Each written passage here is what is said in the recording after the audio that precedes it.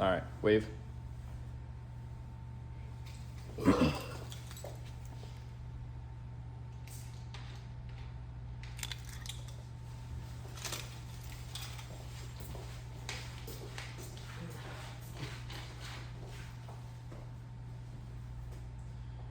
Think of the teacher you had when you were younger, or even that you had now, that really made a deep impact on your life.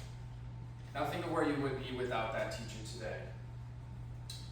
The national teacher shortage is of concern due to declining systems and lots of failing students. Teachers are essential workers and should be treated as such, and this is why we are seeing more teachers leave the profession. To keep these teachers in the field, we must establish new academic paths for these teachers to complete, and we must decrease the amount of money it costs for these teachers to go to school. Also, to keep the teachers that we already have, we should boost pension packages. As a hardworking student, I take lots of value in my teachers and really get to connect with them on a personal level, because this helps me in my classes and to get better grades. Over the past 2 weeks, I've studied various articles and journals produced by different colleges and respected individuals on the topic and credibility of how these teachers are being treated and what the effects of these teacher shortages are.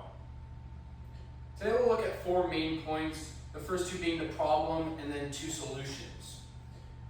The first problem we're going to look at today is that these teacher shortages are threatening our youth in the country. Secondly, we'll look at how teachers are essential workers and how they should be treated as such. We'll then move on to our solutions, and we will look at how we can promote these teachers to go to school and make it affordable for them. And lastly, we'll look at boosting pension packages for teachers that are already in the field to keep them in the field. First, we're going to look at that problem that arises when we see these students failing in their classes due to these teacher shortages. In my years of school, I noticed that smaller class sizes led to a better learning experience. Newman University says larger class sizes make it challenging for teachers to keep a hold of a class, but it makes it even harder for the student to stay engaged. I think this is one of the main problems that we see in today's world with these students that are just stay off task and are goof around in class on their phones and whatnot. And it's slightly due to the fact that these class sizes are so large. And we see this because of this national teacher shortage. These students are in classes of 30 and 40 children and are so focused on other things when, in my experience, a class of 12 to 15 is perfect to relate on a personal level with your professor or even teacher.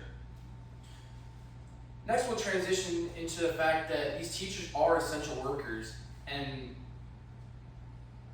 these class sizes are just too big for them personally as well. A study by the University of South Carolina says that young students have increasingly complicated academic and mental health needs. So putting them in large classrooms of 35 and 38 really doesn't help them, but it also affects the teachers. These young minds are losing impact that they could be learning in these smaller class sizes where it's a deeper connection.